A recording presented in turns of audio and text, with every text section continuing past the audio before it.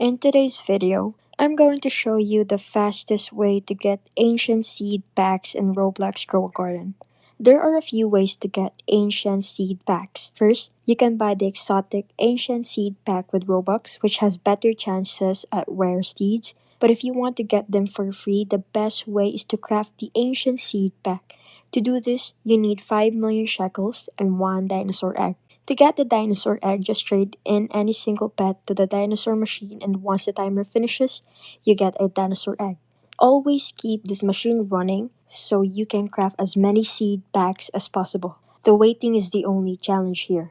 Another way to get the ancient seed packs is by completing the prehistory quest. For example, harvesting 50 strawberry seeds can earn you a pack. You can earn multiple packs from quests throughout the event. So whether you're crafting with dinosaur eggs or completing quests, keeping your dino machine busy and finishing quests regularly is the key to stocking up on ancient seed packs.